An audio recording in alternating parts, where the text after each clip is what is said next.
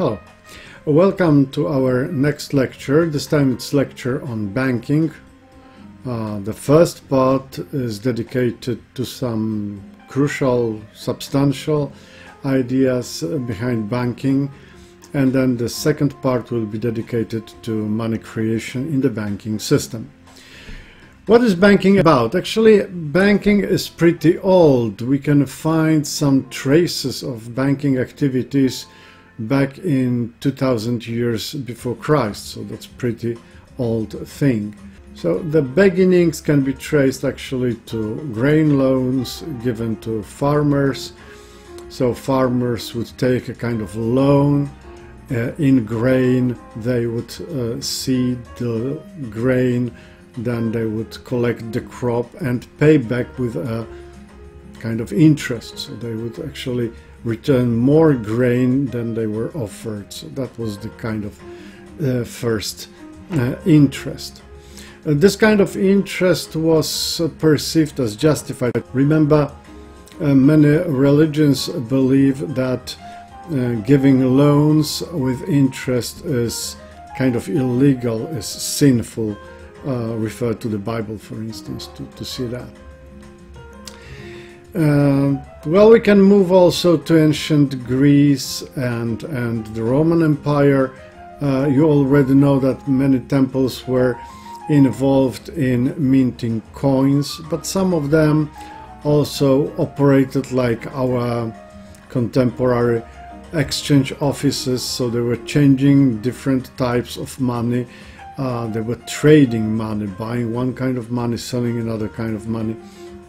They could also give some loans and they could also accept deposits.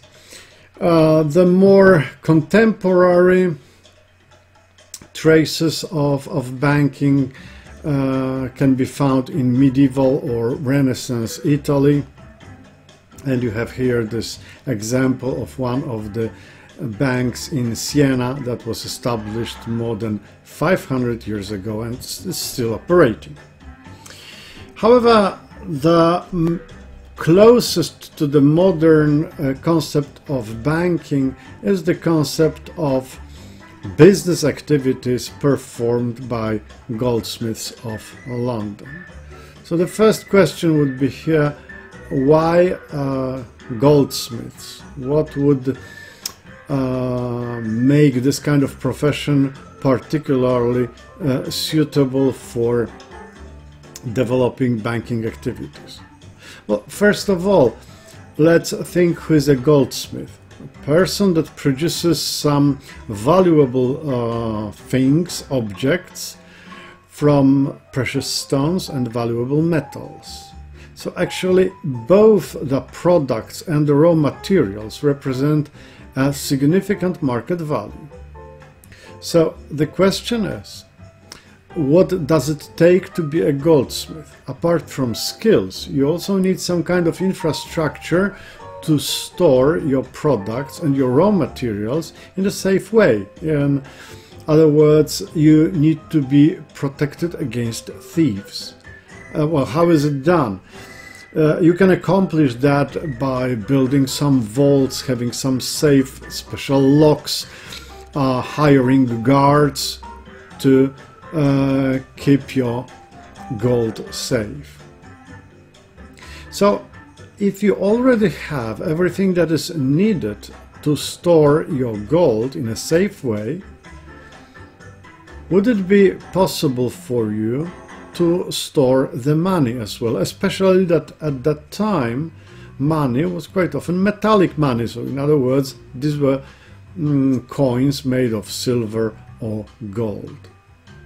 So the question here would be, if you already built this infrastructure, if you spend some money on maintaining this infrastructure, so for instance your guards have to be paid every week or every month, then what would be your marginal cost of having one gold coin more in your vault?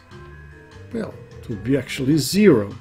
Well, obviously, the more of gold you have in your vaults, then the more tempting it is for thieves, therefore you would need more and more security.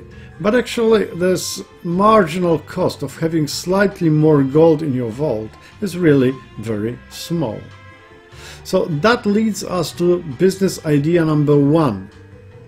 Some more enterprising goldsmiths could think of storing someone else's money.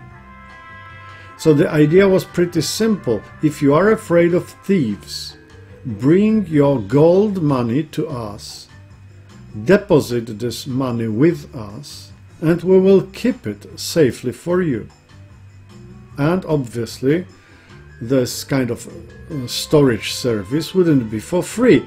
You will pay us a slight fraction of the money that you deposited. So you pay for the safety, you pay for the comfort. We will simply issue a paper stating that you have deposited this amount of money in our vault. By the way, this is how paper money, representative of metallic money, was born. The paper that says, well, there is a deposit of gold coins in my vault, and someone is entitled to take this money, this gold. Hence paper becomes as good as gold. So the first business idea is, I can be a goldsmith, I can make my money on producing precious objects, but I can use my infrastructure to generate another stream of revenues for my business, and the stream of revenues is money people pay me for the fact that I store their money in a safe way. I accept deposits. That leads us to business idea number 2, which is nicely grasped by the concept of Mr. Ritchie, who is a goldsmith. As you can see, he was able to collect 15,000 gold coins from his 100 customers, so that gives us like 150 on average per one customer. And the question is, if you come to Mr. Ritchie and if you ask him to lend you 100 coins, not his own coins, but coins deposited by the customers, would it be a lot of risk? Well, obviously not. I mean, there could be some risk about whether you would pay this money back or not. But actually, if he gives you 100 coins out of 15,000, then even if half, even if 3/4 of his customers would come and wanted their money back, still this 100 coins that were given to you in the form of a loan would not be requested back. So this is the idea. Business idea number 2, if I'm storing someone else's money, then I could probably lend some of this money to other people. And obviously the interest that they would pay me is much, much bigger than the money that I get from simply storing the money. So the more I could actually give in the form of a loan, the stronger, the bigger would be the stream of my revenues. This is a bit risky, obviously, but any business activity is to some extent risky. And after all, remember, it is highly unlikely that many of my customers would appear on one day claiming their money back. And if I can see that people start withdrawing money from me, I could always borrow some money from some other goldsmith. So this is, this is a kind of business you can run. If the interest paid for loans is much bigger than the money that you can gain from storing someone else's money, that actually leads us to business idea number 3. We could have a nice business here, getting quite a lot of revenue from this interest paid for loans, but we need more money deposited in our vaults. How can you attract more money? You can do that by simply telling people, you know what, I'm gonna store your money absolutely for free. So you can get this comfort and this safety of me storing your money safely without any cost, actually. Obviously, you give up the stream of revenues that you used to get from storing money. But since you already know that interest paid on loans is much bigger, then actually you can replace this money quite easily. That, in turn, leads us to business idea number 4, which would be an absolute hit, especially when you compare it with business idea number 1. You don't say to people, well, bring me your money, I will keep it for you, and I will charge you a little bit for the safety that you get. No, business idea number 4 is, bring money to me, I will store it, I will keep it safe, and what is more, what is the real hit, I will pay you for that. So if you bring me your money, you will be paid for that.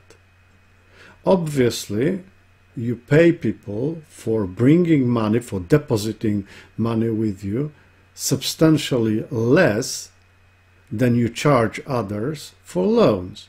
So that's the basic idea. You attract money from people saying it's gonna be safe with me and I will pay you, let's say, 2% per year, and that is what you will gain if you deposit your money with me. But then you say to other people, well, I can give you a loan, but, well, the loan interest rate is like 10%. And your business is actually not about being a goldsmith anymore.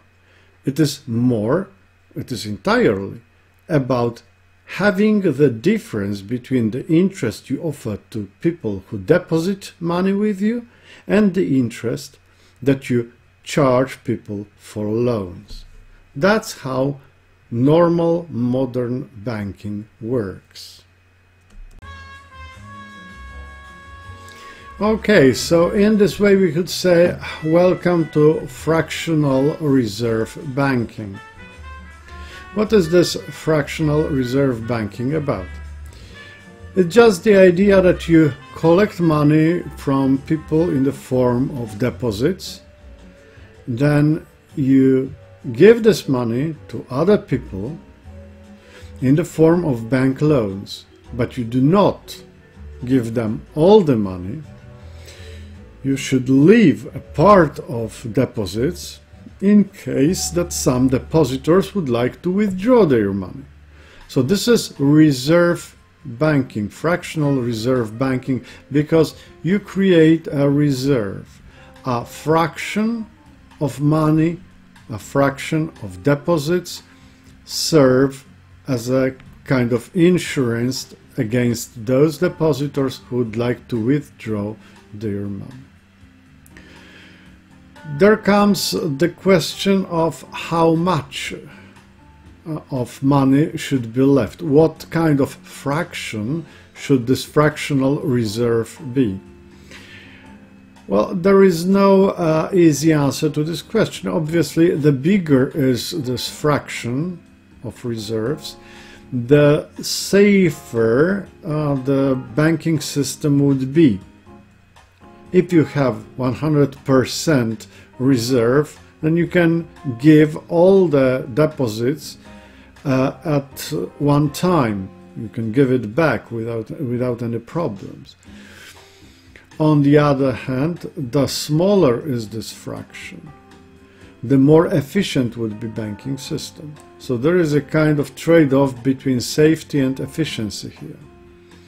Generally speaking, this reserve that should be required for banks is usually established by the central bank. So the central bank usually decides what fraction of deposits should be placed in banks as a reserve, kind of obligatory reserve. So I would like to draw your attention to three features of modern system of fractional reserve banking. The first one was already mentioned here, so that's the profitability of banks.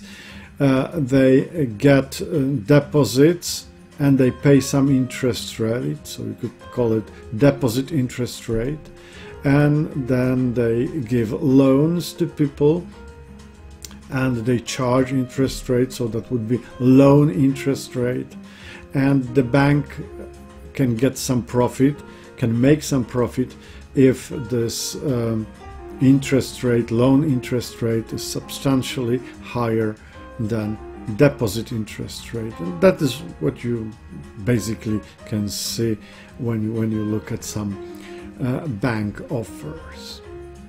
Bank money creation. This is actually the topic of the second part of our lecture, but we will mention it here briefly. It's just the idea that the fact that banks do not keep all the deposits, but just a fraction of them, allows them to create their own money. So banking systems, modern banking systems, are able to create money, and therefore they are able to influence money supply. Money supply, as you remember, is not just cash. There are some broader categories of money, and those broader categories of money are partly created by the banking system. So we're going to have a look on that. The third feature that is quite important here is the so-called exposure to runs. You know, if a goldsmith would keep 100% reserve, then he would be able to pay back all the customers without any risk. But actually, with fractional reserve system, all banks are pretty unable to serve all their customers if the customers wanted to get their money back. So on one hand, if I ask my students, all right, do you have a bank account? They usually say yes. If I ask them, all right, do you have some money in this bank? They say yes. And then my question is, okay, are you really sure about that? I mean, do you believe that all our money that we have deposited in the banks is still there? Obviously not. This money is given someone in a form of a loan. Could be a mortgage, could be a business loan, whatever. So banks actually don't have this money. They have only a certain fraction. And this fraction is used when you decide to withdraw your money. So naturally, when you want your money back, most banks are mostly able to pay you back your money because they have some fractional reserve. But if there are too many people that want to withdraw their money, for instance, if a bank faces some reputation crisis, and people say, all right, I don't think this bank is reliable anymore. I don't want to keep my money in this bank. If people want to withdraw their money, then inevitably, and that's true for any bank, inevitably this bank will be unable to pay them money back. So this is the danger, you know. Any bank, if tested whether they could pay money back, would fail. Actually, they don't have this money. This run on the bank is a problematic thing, because if people run on one bank and this bank collapses, that situation may actually produce some concerns for other customers, for other banks, and other customers may say, all right, this bank was unable to pay the money back, how about I take my money before my bank declares that it is not possible for them to give money back. So run on one bank can be kind of infectious. People may go to other banks and say, we want our money back, and those other banks may also collapse. So this is a very important danger that we have connected with fractional reserve banking. We need to take care about reputations of the banks. We need to take care about the trust that people have for their banks, because otherwise, if people want to kind of exercise their ability to claiming money back, this exam would be certainly failed. Why do we need banks in modern economies? We need them for a number of reasons, but we are going to focus just on the most basic here. So first of all, and the most important thing here is, banks are financial middlemen. They are financial intermediaries between two types of customers. Customers who have money and don't need this money. Banks offer them a wide variety of products that are based on the idea you put your money in our bank. If you don't need it, put it with us and we will pay you. We will keep it safe for you, but we will pay you as well. And the other type of customers that are important for banking are people or businesses, institutions, customers generally speaking, who need money but don't have it. So if they meet some criteria, they can get a loan, so the bank can give them money. So on one hand, we will remember banks are as important because they are those go-betweens connecting those two parts of financial markets. We need also understand that banks and banking system is able to perform some transformations. This is size transformation, maturity transformation. Maturity transformation is the ability of banking system of creating long-term loans that are financed from short-term deposits. Look at mortgage, for instance. Mortgage is taken for 15, 20, 25 years. Would you like to lend your money for such a long period of time to anyone? Obviously not. So we usually deposit our money with banks on a short-term basis. So we make deposits for half a year, 1 year, 3 months, 1 month, and those short-term deposits are used by banks to create long-term loans, like mortgage. Without banking system, that would not be possible. Size transformation, well, deposits are usually quite small, and loans are usually bigger. So banks are able to transform small deposits into large loans. The value of mortgage is usually quite big. If a business wants to get financed for some project or whatever, loans have substantial value. They are usually much greater than single deposits. And last but not least, we've got risk transformation.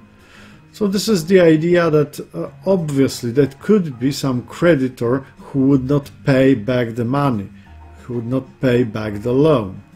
There is always this kind of possibility, but obviously risk spreads here over many customers of a bank. So if one creditor doesn't pay, this risk is dispersed over a huge number of customers. So that would not be a problem for a bank.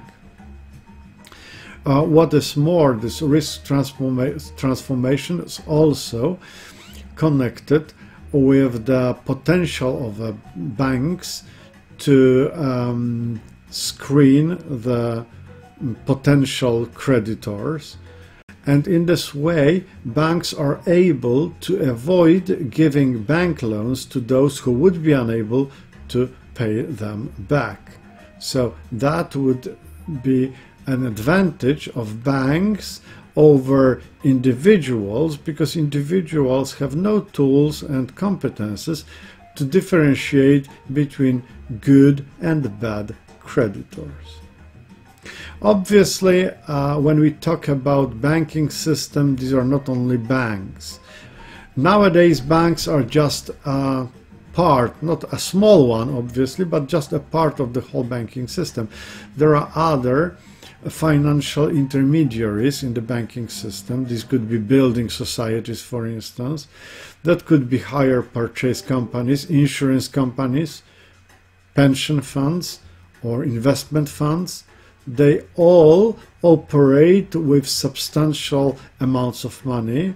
They all have to manage this money in some way. So they build, they create, all together they create banking system.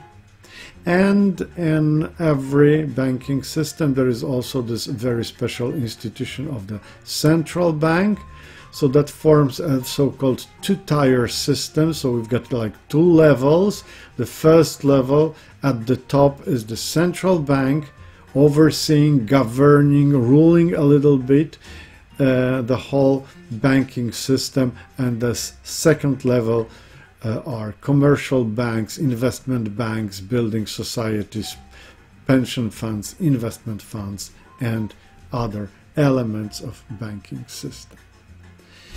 All right, so this is more or less all what we wanted to know about the essentials of banking. In the next part of the lecture, we will explain how banking system can create their own money. Thank you very much for your attention. Bye.